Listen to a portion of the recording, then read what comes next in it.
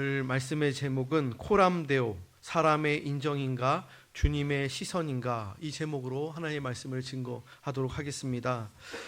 제가 이 말씀을 준비하면서 또 묵상하면서 굉장히 놀랐습니다. 오늘 오후 예배가 임직감사 예배인데 이 말씀이 우리에게 주시는 메시지가 있더라고요. 제가 의도적으로 이 본문 또 이 장을, 이 절을 선택한 것이 아니라 우리 성도들이 잘 알고 있다시피 제가 사도행전 강해를 계속 쭉 이어서 하고 있습니다. 그런데 오늘 딱 주일에 이 말씀 차례가 되어서 이 준비를 하는데 제가 공복교회 부임하면서 때때로 하나님께서 참 그때마다, 새벽 때마다 또 주일 때마다 적절하게 주시는 그 말씀이 얼마나 타이밍이 딱딱 맞는지 참 놀라웠습니다. 여러분, 교회가 가장 위험할 때가 언제일까요? 세상이 교회를 핍박할 때입니까? 세상이 교회를 비난할 때인가요? 물론 그것도 큰 위기입니다. 그러나 성경은 오늘 우리에게 더 두렵고 본질적인 위기가 있음을 우리에게 자세히 말씀하고 있습니다. 여러분, 교회의 큰 위기는 바깥에만의 그러한 소리나 바깥에서 들려오는 비난이나 핍박만이 아니라 우리 공동체 안에, 교회 공동체 안에 스며든 그 부정적인 모습들, 오늘은 위선과 거짓에 대한 부분들을 다루고 있습니다. 사도행전 2장부터 4장까지를 보면 초대교회는 성령의 능력으로 충만한 교회 공동체였습니다. 성령이 임하자 회개의 역사가 일어났고 말씀이 살아 움직이며 날마다 구원받는 사람들이 더해졌습니다. 성도들은 자기의 소유를 자기 것이라 하지 않고 자발적으로 하나님 앞에 드리고 또 필요한 사람들에게 물질을 기쁨으로 나누었습니다. 이 땅 위에 성령께서 이루신 새로운 교회 공동체, 하나님의 나라를 미리 맛보는 초대 예루살렘 교회가 부흥하며 그렇게 역동적으로 움직였습니다. 특별히 사도행전 4장의 막바지를 보면 바나바가 등장합니다. 그는 자기 밭을 팔아 그 값을 사도들의 발 앞에 두었습니다. 이것은 단순한 재산 정리가 아니었습니다. 성령 충만한 사랑의 나눔이었습니다. 공동체를 살리는 헌신이었습니다. 그런데 누가는 바로 이어서 아나니아와 삽비라 이야기를 기록하고 있습니다. 이것은 우연이 아닙니다. 누가는 의도적으로 두 사람들을 대조하고 있는 것이죠.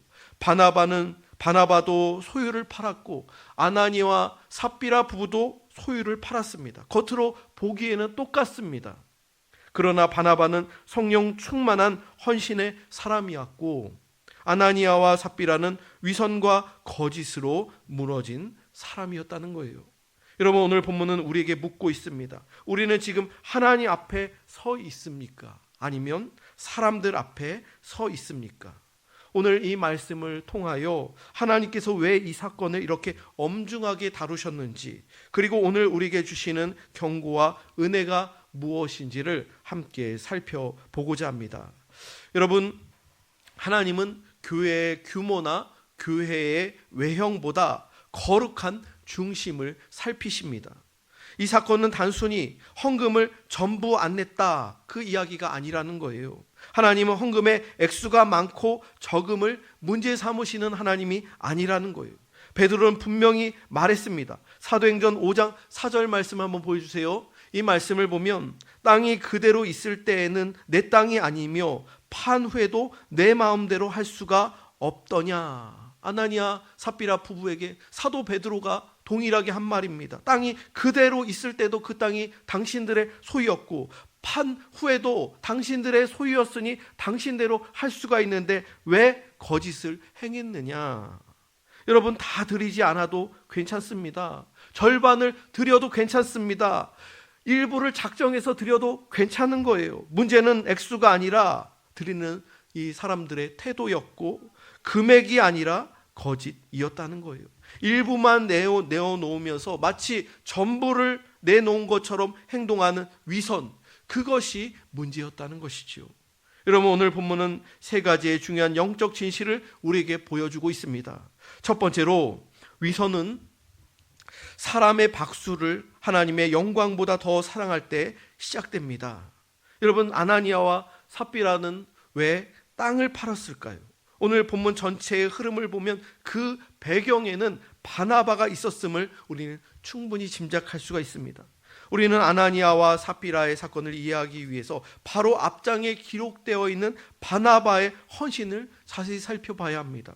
사도행전 4장 36절로 37절을 보면 이렇게 증거합니다. 구브로에서 난 레위족 사람이 있으니 이름은 요셉이라. 사도들이 일컬어 바나바, 번역하면 위로의 아들이라 하니 그가 밭이 있음에 팔아 그 값을 가지고 사도들의 발 앞에 두니라.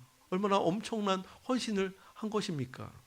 바나바의 이 헌신은 공동체 안에 큰 감동을 주었고, 그리고 그는 성도들로부터 깊은 존경과 신뢰를 받았습니다.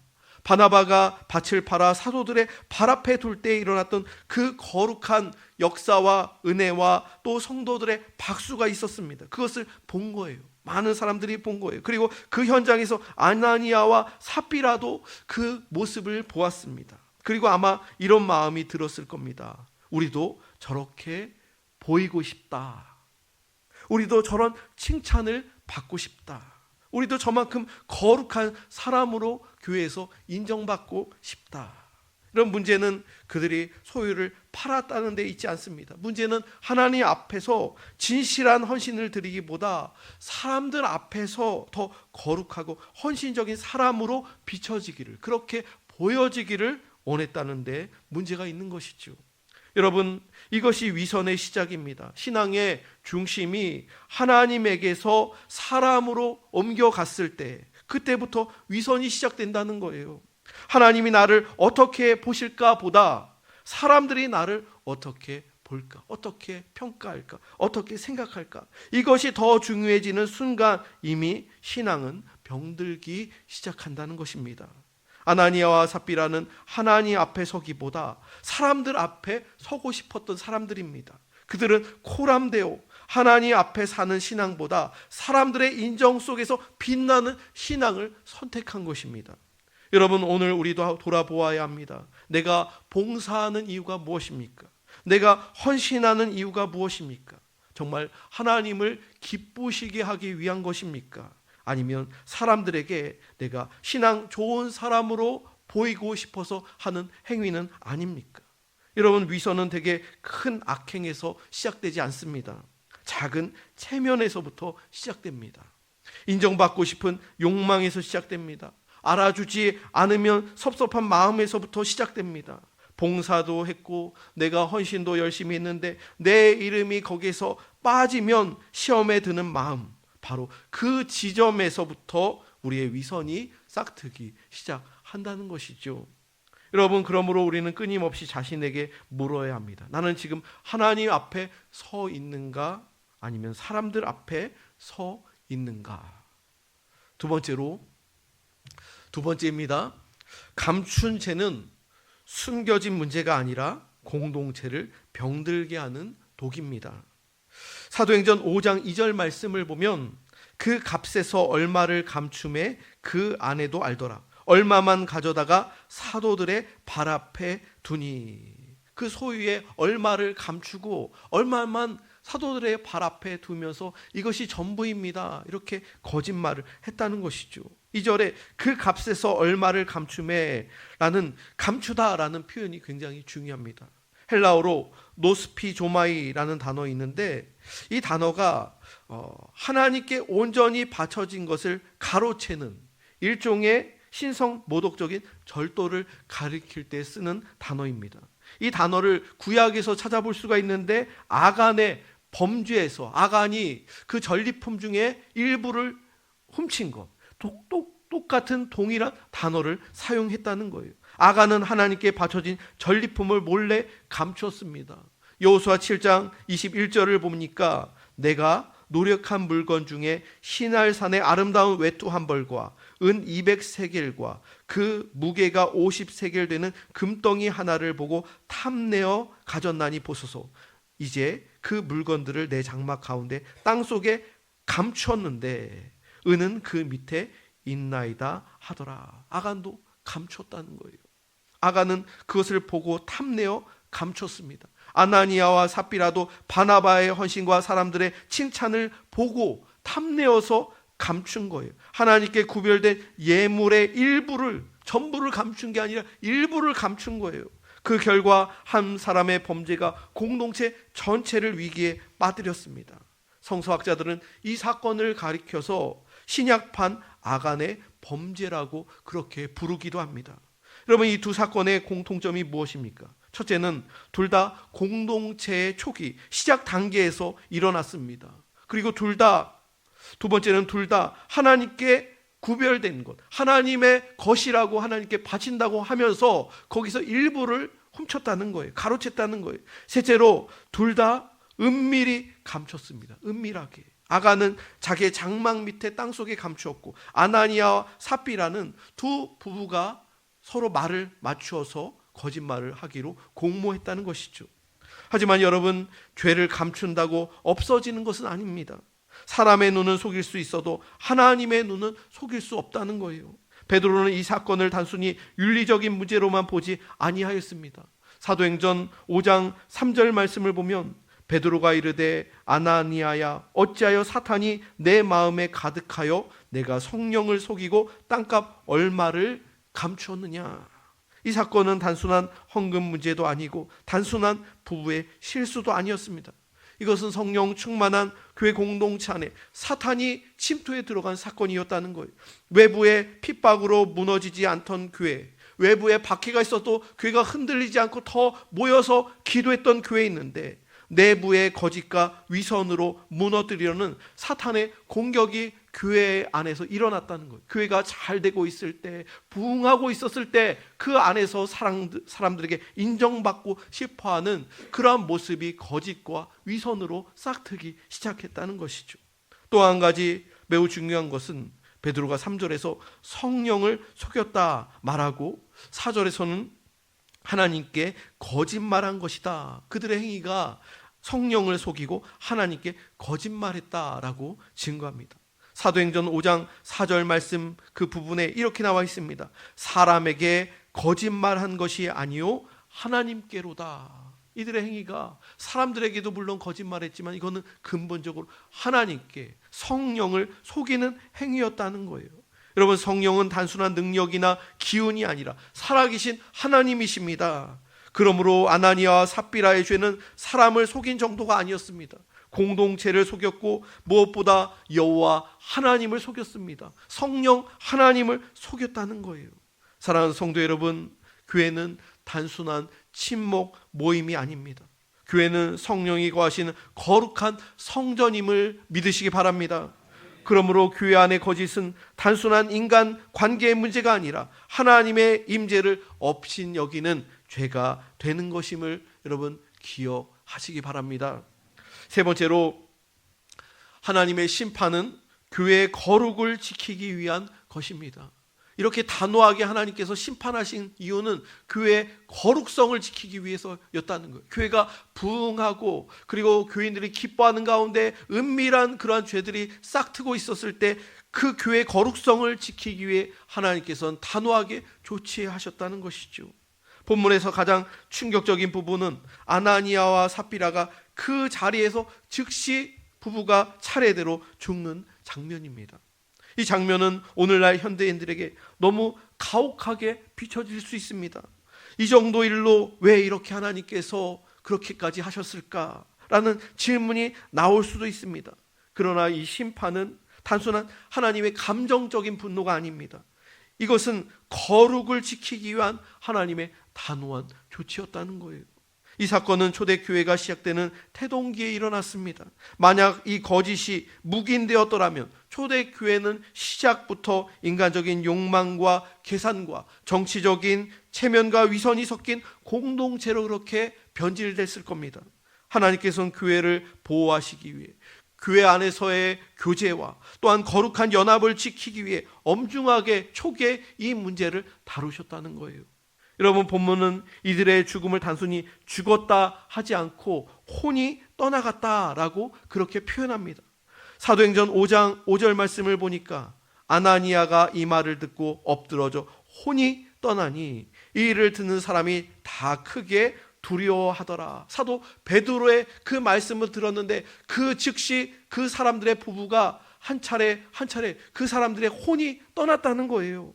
여러분, 헬라어 뉘앙스를 살펴보면 그들의 숨이, 붙어있던 숨이 빠져나갔다는 거예요. 여러분, 사람의 생명은 혼에 있습니다. 그리고 그 혼은 호흡에 있는 거예요. 인간의 호흡이 마지막 빠져나갈 때, 임종할 때, 우리의 호흡을 내뱉을 때 혼이 빠져나가는 거예요.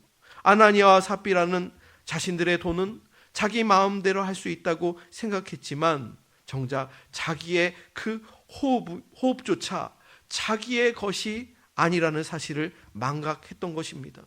성도 여러분, 우리는 내 것이라고 주장하는 것이 참 많은 것 같아요. 내 돈, 내 시간, 내 건강, 내 생명. 그러나 실상은 우리의 호흡 한 번도 우리의 힘으로 붙들 수 있는 게 아니라는 거예요. 하나님께서 허락하셔야 우리가 숨을 들이쉴 수 있고 또 내쉴 수 있는 거예요. 하나님께서 거두시면 그 호흡이 멈추는 거예요. 그리고 하나님께서 주신 생명이기 때문에 그 호흡을 하나님께서 걷어가시면 우리의 호흡이 빠져나가서 우리의 혼이 떠나가서 창조주께로 가는 것이죠. 여러분, 아나니아와 삽비라는 소유를 자기 것이라 주장하며 하나님을 속이려 하였지만 자기의 생명의 호흡조차 하나님의 손안에 있다는 사실을 잊고 있었다는 거예요. 그러므로 이 사건은 우리에게 분명히 선언합니다. 하나님은 만홀히 여김을 받지 아니하신다는 사실입니다. 하나님은 보이지 아니하시지만 교회 공동체 안에 그리고 세상 가운데 하나님께서 통치하시며 다스리신다는 사실을 우리가 깨달아야 한다는 거예요. 사도행전 5장 11절 말씀을 보니까 온 교회와 이 일을 듣는 사람들이 다 크게 두려워하니라.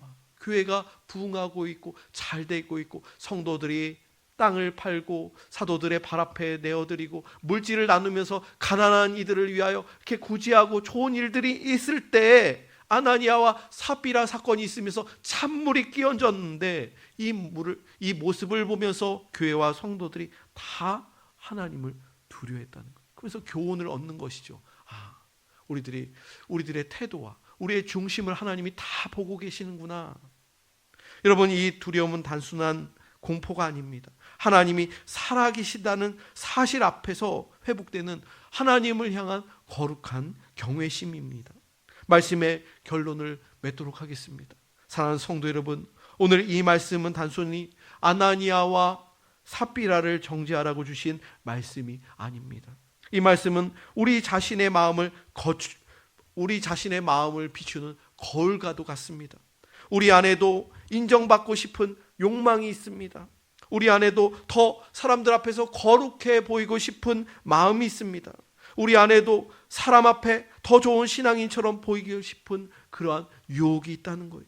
그러므로 오늘 우리는 이 말씀 앞에서 자신을 점검해야 합니다. 나는 하나님 앞에 서 있는가? 아니면 사람 앞에 더 사람을 의식하며 사람 앞에 잘 보이려고 서 있는가? 나는 진실한가? 아니면 경건의 모양만 가지고 있는가? 나는 교회를 하나님의 임재 앞에선 거룩한 공동체로 여기고 있는가? 여러분, 우리는 이 말씀 앞에서 단지 두려워하기만 해서는 안 됩니다. 왜냐하면 우리 모두의 마음속에는 어느 정도 아나니아적인 모습이 모든 사람들에게 다 있기 때문에 그렇습니다. 사람들의 시선을 더 의식하고 겉모습을 꾸미고 속은 그렇지 않으면서도 경건해 보이려고 하는 마음이 우리 안에도 다 있다는 거예요. 그렇다면 누가 우리를 살릴 수 있습니까? 오직 예수 그리스도 한 분이십니다. 예수님은 사람의 박수를 구하지 아니하셨습니다. 사람의 인정을 따라 움직이지 아니하셨습니다. 예수님은 끝까지 하나님 앞에서 아버지의 뜻 앞에서 진실하셨습니다. 예수님께서는 겟세마네 동산에서도 십자가 위에서도 주님은 사람보다 하나님 앞에 서셨습니다. 우리 주님께서 우리의 위선과 거짓까지도 짊어지시고 십자가에서 못 박혀 죽으셨습니다. 그러므로 우리는 이 본문 앞에서 절망으로 끝나지 않습니다. 십자가 앞으로 나아가 회개할 수 있어야 됩니다. 성령께 우리의 마음을 새롭게 해달라고 구해야 합니다. 거짓된 외형이 아니라 진실한 중심을 달라고 주님 앞에 우리가 기도해야 합니다. 사랑하는 성도 여러분, 사람의 박수보다 하나님의 인정을 구하는 성도들 되시기 바랍니다.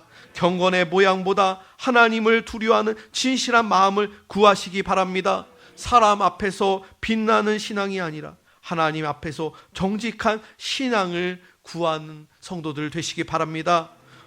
오늘 본문의 마지막에 온 교회와 성도들이 다 크게 두려워했다라고 말씀합니다. 이 두려움은 무서워 떨라는 말이 아니에요. 잃어버린 거룩한 두려움, 곧 하나님에 대한 경외심을 회복하라는 겁니다.